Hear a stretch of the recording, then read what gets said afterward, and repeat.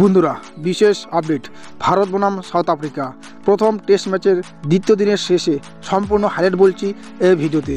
আমার চ্যানেলে নতুন হয়ে থাকলে অবশ্যই করে চ্যানেলটাকে সাবস্ক্রাইব করুন, ক্রিকেট রানা 1 ইউটিউব চ্যানেলকে সবার প্রথম খেলার আপডেট পাওয়ার জন্য। দ্বিতীয় দিনের শেষে ভারত রান করে থাকে 245, 10 উইকেটে। 67 ওভার 4 বল খেলে ভারত অল আউট হয়ে যায়। ও কে রাহুল দ্বিতীয় দিনের শেষে 101 রান করে একটি সেঞ্চুরি পাড়ি খেলেন। উনি দুর্দান্ত সেঞ্চুরি পাড়ি খেলেছিলেন।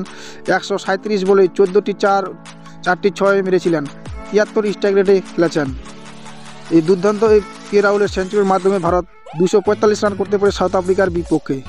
এবং সাউথ আফ্রিকা ব্যাটিং করতে নামে সাউথ আফ্রিকা সেই রানটিকে চেজ করে নেয় 256 রান করে 5 উইকেটে 66 ওভার খেলে। সাউথ আফ্রিকা বর্তমানে 11 রান লিডে চলছে দ্বিতীয় দিনের শেষে। আজকে তৃতীয় দিনে দেখা যাক সাউথ আফ্রিকা কত রান ভারতকে টার্গেট দিতে পারে দ্বিতীয় দিনের শেষে। সাউথ আফ্রিকা দুর্দান্ত ব্যাটিং করেছিলেন। ডি এলগার 140 রানের পাড়ি করেছেন। নাবাদ রয়েছেন উনি।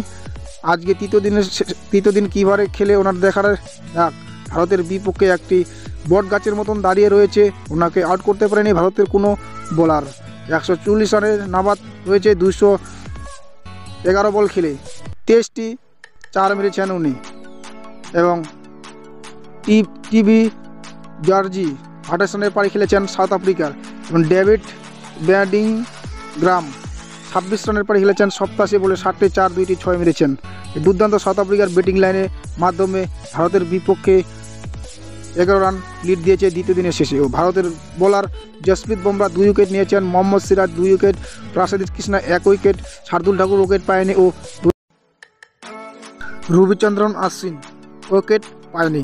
এই ভারতের বোলার লাইন। ও সাউথ আফ্রিকা দ্বিতীয় দিনের শেষে 11 রান লিড